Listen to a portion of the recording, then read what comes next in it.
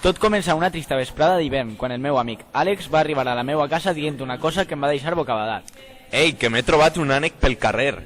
La veritat és que la història porta tela, perquè no és molt normal veure un ànec pel mig dels carrers de València, però la següent part va ser la més al·lucinant. Sí, i a més portava smoking, un maletí i parlava per telèfon mòbil. Me l'hem portat a casa per a prendre'n algunes fotografies. Jo li vaig preguntar si havia begut alcohol o havia menjat coses caducades, però ell estava convençut de que era veritat. Per tant, varen decidir tots dos anar a casa d'Àlex per a veure més prop aquell animal tan peculiar.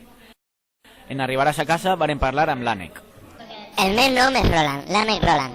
Vaig néixer en un petit estany prop de l'Albufera. El meu pare és el conegut ànec BWC. La meva mare és un ànec normal i corrent, sense cap història. La meva vida, bé, us la contaré.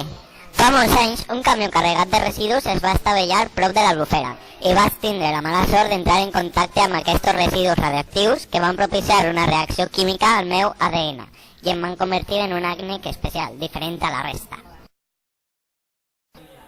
Un ànec aturat.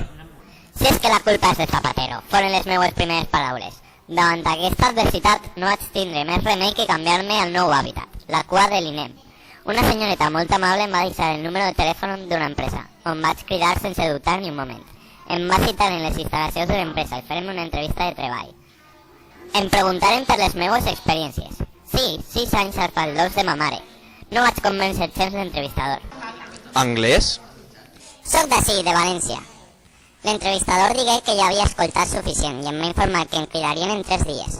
Avui m'han cridat justament quan he vist l'Àlex i m'han dit que el treball era meu, perquè de 70 candidats el meu currículum era el millor. La meua vida ja no té sentit.